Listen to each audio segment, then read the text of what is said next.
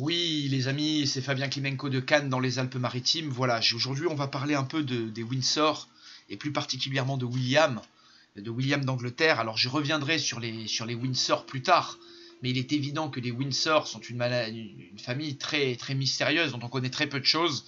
Ce sont à la base des Allemands. On voit ici Philippe d'Édimbourg qui s'est rendu à un enterrement nazi, et on sait très bien que les Windsor, donc le duc d'Édimbourg et comment dire, la reine Elisabeth II viennent de familles allemandes, donc la famille des Gotha, des Saxe-Cobourg-Gotha, et du côté de comment dire de Philippe du duc d'Édimbourg, pardon, c'est les Battenberg. Voilà, donc là il y a beaucoup de choses à en dire. Hein, il était dans une école nazie, Philippe d'Édimbourg, enfin il y a beaucoup de choses à en dire, c'est communément connu. Il y a eu ce fameux geste de la petite reine Elisabeth II, Harry en Asie. Donc il y a beaucoup de secrets autour des nazis. Et donc le fameux meurtre de la princesse Diana, enfin pas mal de choses dont je ne vais pas exposer là. Et j'en parlerai dans d'autres vidéos, dont les rituels, on va dire, maçonniques de la famille royale d'Angleterre. Mais je ne vais pas trop en parler là et m'étaler là-dessus.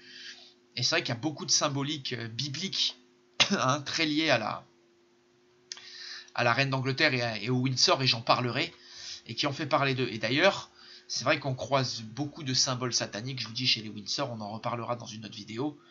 Mais c'est pas le sujet de cette vidéo, vu que je veux parler de William, qui a sa propre chèvre, vous voyez, qui est le caporal de leur infanterie.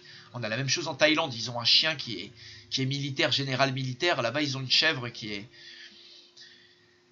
est caporal, qui est aspirant caporal dans le premier bataillon de la Royal Welsh. Voilà. Alors, il y a cette vidéo qui a fait beaucoup parler de William d'Angleterre quand il était jeune, où il montrait justement... et c'est une célèbre photo officielle du Buckingham Palace, à présenter le prince William en tenue populaire, vêtu d'un blue jean et d'un pullover, ainsi qu'en compagnie d'un agneau. Voyez. Donc vous voyez, cette photo, elle fait référence bien sûr à la Bible, à l'agneau de Dieu. Et c'est vrai qu'ici, la photo a fait beaucoup parler d'elle, parce que justement William nous montre des sabots du petit agneau, et ça me fait penser aux sabots fendus du bouc de Baphomet, et de ce qu'on appelle le bouc de Méndès, la bête, la chèvre.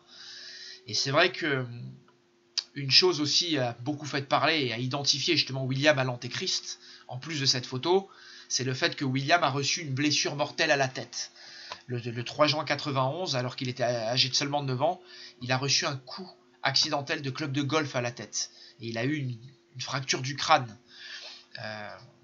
Et donc il a survécu à cette fracture, et c'est vrai que de nombreuses personnes de là ont dit que William d'Angleterre, c'était l'Antéchrist, qui serait le futur gouverneur du monde. Et il y a eu cette fameuse photo également de blasphème, qui a repris Jésus, où il rentre sur un âne dans Londres, pour reprendre l'entrée du Christ sur l'âne à Jérusalem.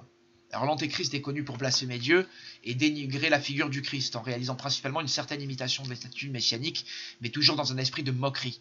Tout comme la photo en compagnie de l'agneau, celle de l'arrivée en ville du couple royal sur l'âne est analogue à la venue de Jésus dans Jérusalem. Encore un bel exemple de cet irrespect du sacré, de ce rejet du juste, si propre à ces cercles satanistes lucifériens. Il existe aussi, alors ça c'est vraiment le gros de la vidéo, pour celui qui s'intéresse, il existe aussi des époustouflantes, voire d'intéressantes anecdotes pouvant faire fantasmer les férus de numérologie, d'astrologie et de sciences occultes. Alors Diana a été forcée d'accoucher par la famille royale britannique à la maison, en résidence, parce qu'elle voulait accoucher à l'hôpital, ils lui ont interdit. Apparemment, la date a été forcée, la naissance a été provoquée, le 21 juin 82. Donc une date astrologique capitale pour l'année zodiacale, parce qu'elle marque non seulement la rentrée dans le solstice d'été, tout comme l'entrée du soleil dans le cancer, mais en plus, le jour de la naissance de William était aussi celui d'une éclipse solaire et d'une nouvelle lune. Donc c'est vrai qu'il a un thème atypique, William. Il a une triple conjonction soleil-lune lunaire nœud nord, le soleil-lune nœud nord, dans le signe du cancer, qui fait un aspect d'ailleurs positif et trigone à Jupiter, situé en Scorpion. Hein, donc présageant selon certains mystiques la venue d'un grand roi. Voyez. Alors la lune noire étant aussi à l'horizon et donc conjointe à l'ascendant, en Sagittaire, hein, vu qu'il a ascendant Sagittaire, Cancer ascendant Sagittaire.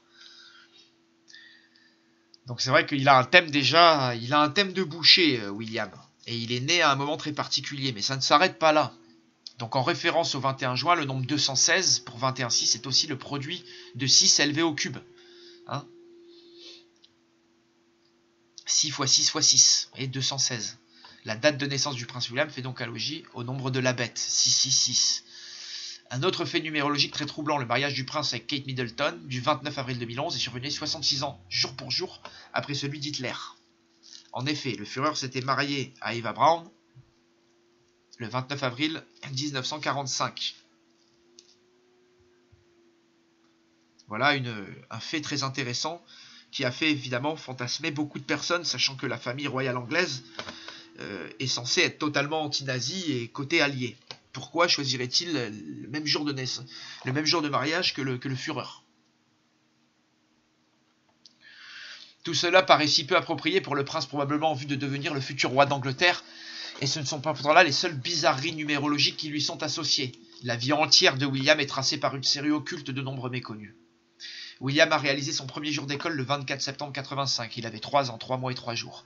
Pour sa première apparition politique, à la fête de la Saint-David, le 1er mars 91, il avait alors 8 ans, 8 mois, 8 jours. Pour la mort de sa mère, le 31 août 97, William était âgé de 5550 jours.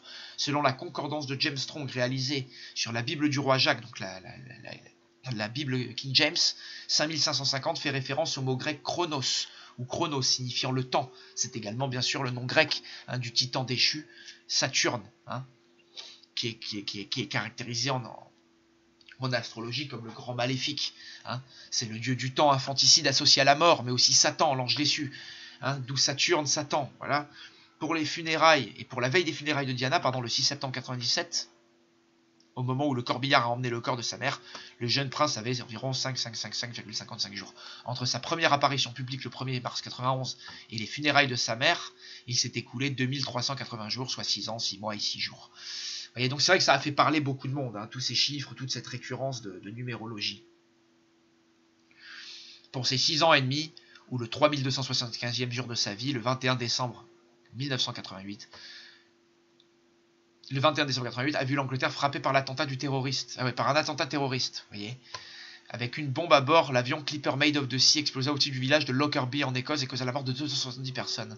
Nous avons vu précédemment que la date de naissance de William, le 21 juin ou 21/6 ou 216, encode le nombre de la bête. Il est intéressant de noter que son baptême a lieu le 4 août 82 de façon surprenante. Le 4 août s'avère être le 216e jour de l'année du calendrier grégorien. La pierre du destin, l'oreiller de Jacob ou la pierre de Scone, si chère au monarque britannique, fut capturée d'Écosse le 8 août 1296, 6 x 6 x 6 ou 6 x 216. À la mort de Diana, les princes William et Harry ont hérité de 12 966 millions de livres après déduction de taxes. Et toujours les mêmes nombres. Entre la capture de la pierre du destin et le jour où Charles a fait sa demande à Diana, le 6 février 81, 250 000 jours se sont écoulés, 500 x 500. Vous seriez surpris de savoir que le prince William est né exactement 500 jours après la demande de Charles.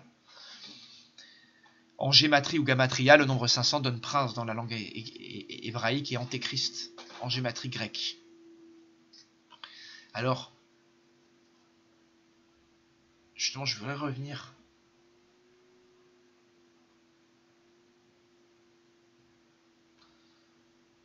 avec un Clipper Made of the Sea. Alors, je ne sais plus pourquoi j'ai mis ça, mais c'est vrai que c'est une information à prendre en compte. Mais excusez-moi, parce que je vois les infos comme vous. Donc à noter, bien sûr, chose très importante que peu de gens savent, c'est que le prince Harry et William sont pucés, les deux. Et tout comme Charles. Et ça a été d'ailleurs les premiers humains officiellement connus à se faire implanter un chip, et un microchip. Et c'était donc en mars 96. Donc le prince Charles s'est fait implanter une puce RFID dans la main droite.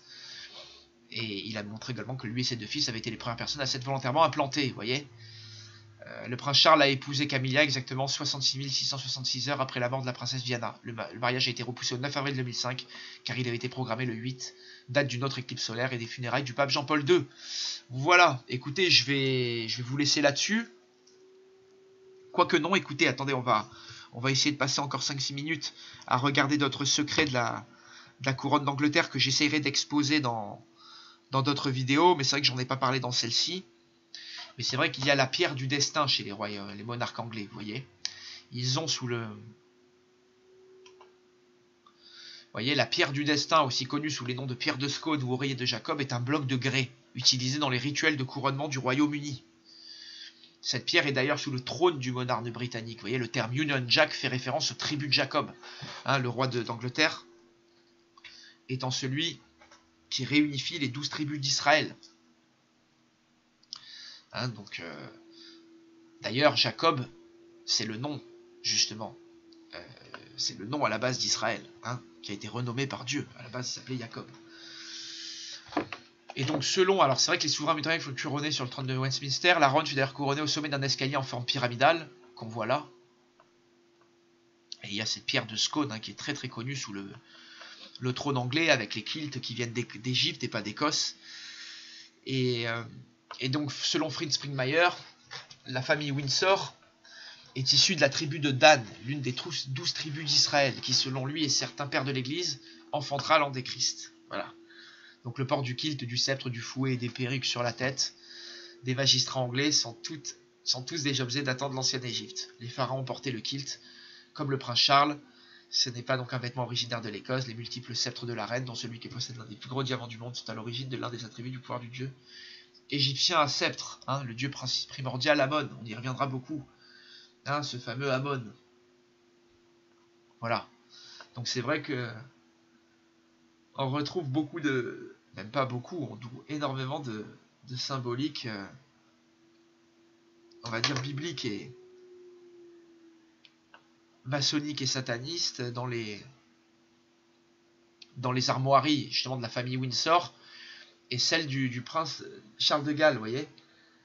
L'héraldique des armoiries du prince de Galles révèle de nombreux symboles bibliques liés à Satan. Ces bêtes infernales et l'antéchrist, le dragon rouge, est avant tout celui de Satan, vous voyez. L'animal de gauche aux pattes d'ours, au corps de léopard, fait clairement référence aux 3 premières bêtes du passage de la Bible, dénominées Daniel 7, ou la vision des 4 bêtes. Hein, Ichjien veut dire je sers, et avec toute cette symbolique liée au diable, on peut en effet se demander quelle est ici l'entité adorée. Hein.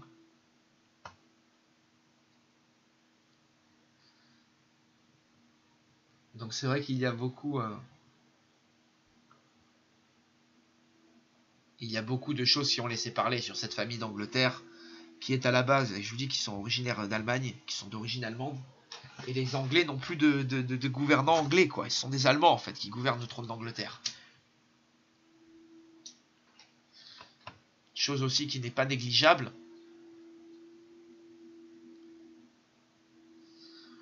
Ce qu'il faut savoir, c'est que... Ah oui, voilà. Élisabeth II est chevalier de Malte. Voilà, ça c'est quelque chose que peu de gens savent. Donc ils sont d'origine allemande. Hein, donc ils ont changé de nom en Windsor, hein, sous la guerre. Voilà, et 2 choses que je voulais dire, c'était que la reine est doublement rattachée à la papauté et à la franc-maçonnerie. Mais surtout à la franc-maçonnerie. Et aujourd'hui à la papauté, vu que le pape est jésuite. George VI, son père, et son mari cousin du 3e degré, parce que son mari était aussi son cousin. Ah oui, c'est ça qu'on n'a pas dit. Ils se marient entre cousins, beaucoup, hein, les têtes royales, et les plus puissants de ce monde. Hein, mais Philippe Mountbatten, qui est son mari et aussi son cousin, sont 2 personnes sur lesquelles on se peu de choses, sont francs-maçons. Hein. Donc 2 des principaux hommes de la vie de la reine d'Angleterre, son père et son mari, sont membres de la franc-maçonnerie. Donc nous verrons plus loin comment les hauts francs-maçons... voilà, c'est vrai que après les hauts francs-maçons et beaucoup de ces ordres élitistes, ils sont chapeautés par les jésuites ou les chevaliers de Malte et d'autres ordres plus élitistes. Alors ça, après, il faut faire vos recherches. Alors on va finir sur Philippe Mountbatten, hein, qui est le duc d'Édimbourg. Lui, il est obsédé, lui, il veut se réincarner en virus. Et il veut éradiquer l'humanité, lui. Il veut limiter le nombre d'humains sur Terre, il l'a dit. Donc lui, c'est son vrai projet. Voilà. Et c'est vrai que bon, vous voyez, c'est quelqu'un qui...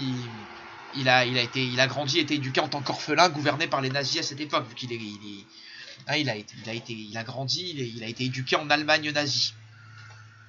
Voilà. Donc il a des parents très problématiques, dont une mère qui était schizophrène. Et c'est vrai que c'est connu, hein, le monsieur lâchait des Heil Hitler, quoi. Vous voyez, étant enfant, cet homme était habitué à scander le Heil Hitler durant son court séjour en Allemagne. Voilà, quoi.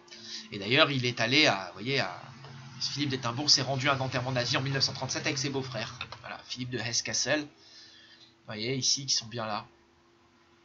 Hein, le prince Philippe de Hesse-Kassel fut la connexion entre le régime nazi et l'Italie fasciste.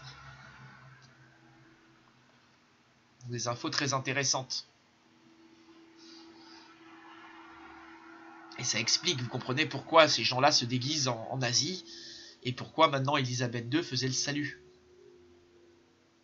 Vous voyez, hein, tel l'effet d'une bombe, elle avait fait encore, hein, cette photo, hein, mais c'est pas le seul dossier qu'il y a. Et bien sûr, il y a le dossier Diana sur lequel on reviendra un peu plus tard et je vais pas tout exposer là. Voilà. Bon bah écoutez, merci de votre attention. N'oubliez pas que la reine d'Angleterre, elle a 1/6 de la planète. C'est l'une des personnes les plus puissantes de la Terre parce qu'elle a une propriété foncière énorme, comme le pape d'ailleurs. Allez, portez-vous bien et prenez soin de vous.